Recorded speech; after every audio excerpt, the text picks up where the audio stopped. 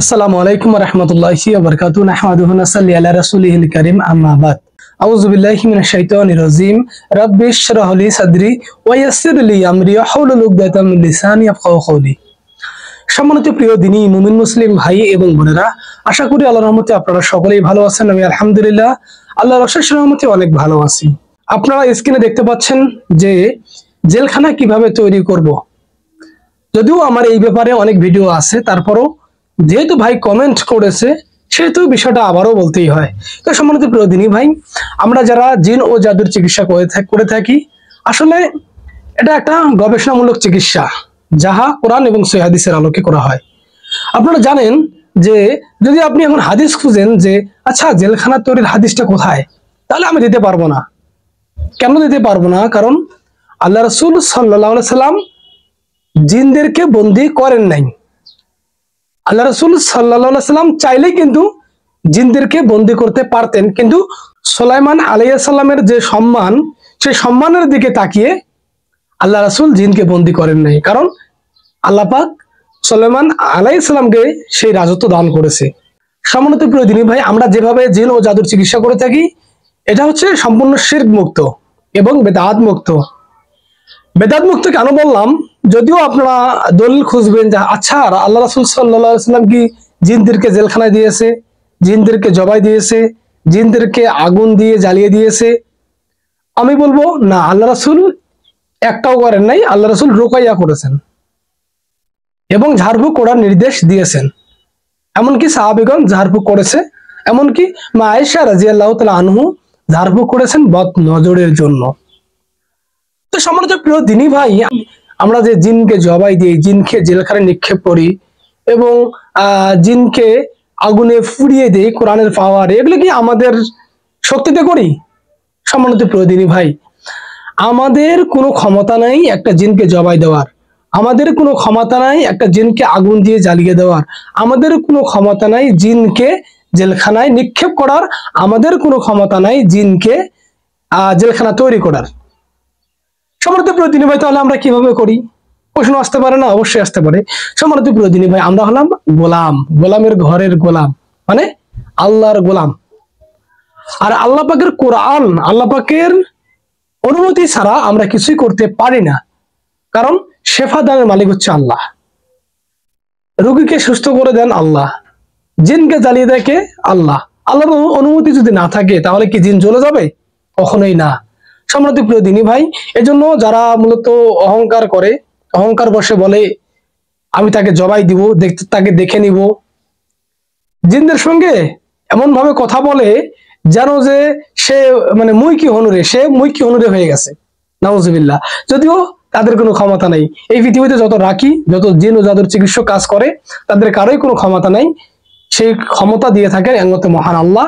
সে আল্লাহর কোরআনের পাওয়ারেই আমরা কাজ করে থাকি, আমাদের কোনো ক্ষমতা নেই। আল্লাহ যদি পারমিশন থাকে তবে রোগী সুস্থ হয়, আর আল্লাহ যদি পারমিশন না থাকে তবেই রোগী সুস্থ হবে না। একদম সাফ কথা। এখন যদি আপনি গ্যারান্টি চান যে আমার রোগী সুস্থ হবে, তো তাহলে আমি মনে করবো যে আপনি ইসলাম সম্পর্কে জানেন না। যখনই আপনি কোনো ব্যক্তির কাছে শেফা চাইবেন, তখনই আপনার ইমানের মধ্যে ঝামেলা আছে, আপনার ইমানের মধ্যে সমস্যা রয়েছে, এজন্যই আপনি মানুষের কাছে রোগী সুস্থ চাচ্ছেন, নাউজুবিল্লাহ। সম্মানিত প্রিয় দ্বীনী ভাই, আমরা যে বিষয়ে আলোচনা করবো কিভাবে জেলখানা তৈরি করবেন। সম্মানিত প্রিয় দ্বীনী ভাই, জেলখানা কিভাবে তৈরি করবেন তার আগে আমি আপনাদেরকে প্রশ্ন ছুড়ে দেই। আচ্ছা, আপনি যে আমলগুলো করছেন সেই আমলের মধ্যে কোনো শিরক নেই তো? কোনো বেদাত নেই তো? যদি আপনার বডিতে 5 ফিট বডিতে আজকে থেকে গবেষণা শুরু করেন, আমি সকল ভাইদের উদ্দেশ্যে বলবো যারা জেলখানা তৈরি করতে চান বা আল্লাহর কাছে পেতে চান, তাহলে আপনারা আগে নিজেকে রিসার্চ করেন বাহ্যিক দিক দিয়ে কোনো আপনার শিরক আছে কিনা, এমনকি আপনার অন্তরের মধ্যে কোনো শিরকের ছিটেফোঁটা আছে কিনা। 2 নম্বর হচ্ছে আপনার মধ্যে কোনো বেদাত, আল্লাহ রাসূল সাল্লাল্লাহু আলাইহি সাল্লাম যে আমল করেন নাই সে আমল আপনি করছেন, এমন নজির আছে কিনা। সম্মানিত প্রিয় দ্বীনী ভাই, বেদাত থেকে বেরিয়ে আসতে হবে আপনাকে, শিরক থেকে বেরিয়ে আসতে হবে আপনাকে, একমাত্র আল্লাহর উপরেই তাওয়াক্কুল করতে হবে। ঈমান খুব দামি জিনিস। ঈমান সম্পর্কে আপনাকে জ্ঞান অর্জন করতে হবে, আকীদা বিশুদ্ধ করতে হবে। আকীদা হচ্ছে মেইন পয়েন্ট। আপনার যদি ঈমান বিশুদ্ধ থাকে, আপনার যদি আকীদা বিশুদ্ধ থাকে, তাহলে আপনার সমস্ত কাজ, সমস্ত পথ পন্থা সহজ হয়ে যাবে ইনশাআল্লাহ। আর যদি আপনার মধ্যে শিরিক থাকে, বেদাত থাকে, তাহলে কখনোই সফল কাম হবেন না। তো সম্মানিত প্রিয় দিনী ভাই, আপনি আজ থেকেই রিসার্চ করা শুরু করে দেন আপনার মধ্যে কোনো শিরক বেদাত আছে কিনা।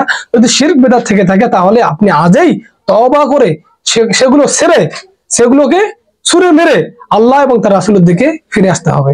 তো সম্মানিত প্রিয় দিনী ভাই, জেলখানা তৈরির প্রথম প্রধান ধাপ হচ্ছে আল্লাহর নৈকট্য অর্জন। আল্লাহ আপনাকে জেলখানা কখন দেবে? যখন আপনি পরিপূর্ণ ইমানদার, আপনি পরিপূর্ণ মুমিন হবেন, তখনই আপনার কাছে জেলখানা আসবে বা আল্লাহ পাক আপনাকে দান করবে। এজন্য আমি বলবো যে আপনি আপনার মধ্যে আল্লাহর যে সম্পর্ক, আল্লাহর সঙ্গে যে কানেক্টিং যে সম্পর্ক তৈরি করা উচিত, সেভাবে তৈরি করেন। আল্লাহর সঙ্গে সম্পর্ক তৈরি করা স্পেশাল হচ্ছে ফজরের পূর্বে 2 রাকাত সালাত। প্রথম রাকাতে সূরা ফাতিহার পরে আয়াতুল কুরসি, দ্বিতীয় রাকাতে সূরা ফাতিহার পরে সূরা বাকারার শেষ 2 আয়াত, এমনকি সেজদা এবং রুকু লং টাইম হবে। এভাবে মূলত আল্লাহর সঙ্গে সম্পর্ক তৈরি করেন। তারপরে আল্লাহর কাছে একটা সময় গিয়ে দেখবেন যে আপনার অন্তর সাক্ষী দিবে যে অবশ্যই আল্লাহ আমাকে দান করবে। তখনই আপনি আল্লাহর কাছে ইসমে আজম পড়ে, কোনো রোগীর সামনে, কোনো জিনে ধরা রোগী আপনার কাছে এসেছে, অথবা নিয়ামতপ্রাপ্ত ব্যক্তির সামনে বলবেন দেখেন তো জেলখানা আসে কিনা, আপনি ইসমে আজম বলে ফু দিবেন, ইনশাআল্লাহ জেলখানা নিয়ত করে আল্লাহ পাক আপনাকে জেলখানা দিয়ে দিবে। ইসমে আজম হচ্ছে আল্লাহুম্মা নিসআলুকা বিআন্নি আশহাদু আন্নাকা আল্লাহ লা ইলাহা ইল্লা আনতা আল-আহাদুস সামাদ আল্লাযী লাম ইয়ালিদ ওয়া লাম ইউলাদ ওয়া লাম ইয়াকুল লাহু কুফুয়ান আহাদ। সম্মানিত প্রিয় দিনী ভাই, এই ইসমে আজম পড়ে ফু দিবেন, ইনশাআল্লাহ আল্লাহ পাক আপনাকে জেলখানা প্রদান করবেন। তো সম্মানিত প্রিয় দিনী ভাই, আমি আপনাদেরকে বলছি এগুলোর কেউ মিস ইউজ করবেন না। কেউ যদি মিস ইউজ করেন এর দায়ভার আপনারাই নেবেন, আমি নেব না। কারণ আমি আপনাদেরকে বলেছি শিরক বেদাত বর্জন করতে হবে, অহংকার দাম্ভিকতা এগুলো ত্যাগ করতে হবে, নমনীয় হতে হবে এবং আল্লাহর দিকে মনোনিবেশ হতে হবে। আল্লাহর সঙ্গে যত কানেক্টিং আপনার থাকবে, ততই রোগী সুস্থ হবে, ততই আপনি বরকতপূর্ণ হবেন। আপনার কাজের মধ্যে আল্লাহ বরকত দিবে, আপনার রিজিকে বরকত দিবে, আপনার পরিবারে বরকত দিবে। অতএব বরকত হাসিলের জন্য আল্লাহর সঙ্গে কানেক্টিং ব্যতীত আর কোনো কিছুই সম্ভব নয়। তো সম্মানিত প্রিয় দিনী ভাই, আমরা একমাত্র আল্লাহর সন্তুষ্টি অর্জনের জন্য কাজ করব। এই দুনিয়া পাওয়ার জন্য, দুনিয়াতে ভাইরাল হওয়ার জন্য জিন পিটাইতে সবাই পারে, জিন পিটাইয়া অ্যাক্টিং অভিনয় করে ইউটিউবে দেওয়ার জন্য নয়। তো সম্মানিত প্রিয় দিনী ভাই, আমরা একমাত্র আল্লাহর সন্তুষ্টি অর্জনের জন্য কাজ করব। যদি লোক দেখানো হয় তাহলে এর প্রতিদান খুবই ভয়ঙ্কর হবে। সম্মানিত প্রিয় দিনী ভাই, লোক দেখানো কোনো কাজ করবেন না, এমনকি কোনো রোগীর উপর জুলুম করবেন না। কারণ লা ইউকাল্লিফুল্লাহু নাফসান ইল্লা উসআহা, আল্লাহ পাক সামর্থ্যের বাইরে কাউকে কোনো কিছু চাপান না, আপনিও চাপাবেন না।